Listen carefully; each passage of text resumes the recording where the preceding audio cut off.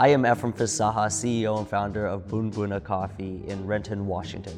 In 2011, I went and visited Eritrea in Asmara, and there's a cafe there called Tres Dele. When I went in there, I was convinced that this was just the best coffee experience. That's when I fell in love with coffee.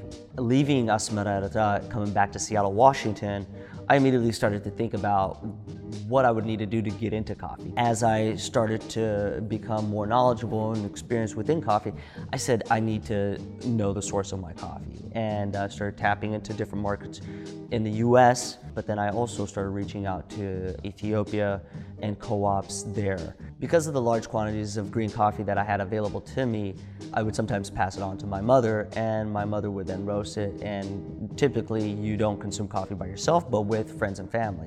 And so others would try it and say, they'd critique and say, this is better coffee than the coffee we were getting. What we've looked to do is build long-lasting, sustainable relationships with the farmer, but as well as within that community, seeing how we can do a better job of investing as well and giving back. The East African coffee ceremony, or the Eritrean coffee ceremony, or Ethiopian coffee ceremony is a big part of growing up and on a daily basis. It's how we consume our coffee. We'll take you through the process from green coffee to roasted to brewing it in the jebana.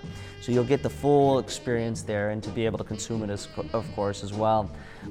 What I like to show is typically the difference between an espresso machine, which is about 100 years old, and the jebana, which is about 1,000 years old. It's you see the history between the two and the evolution of coffee. Additionally, you'll get to see the roaster, and so there's transparency in our process, and you'll be able to see our green coffee in the back. You'll see us roasting as well. We want to provide an opportunity for the community to showcase their talents. Local artists, poets, musicians to come in and perform.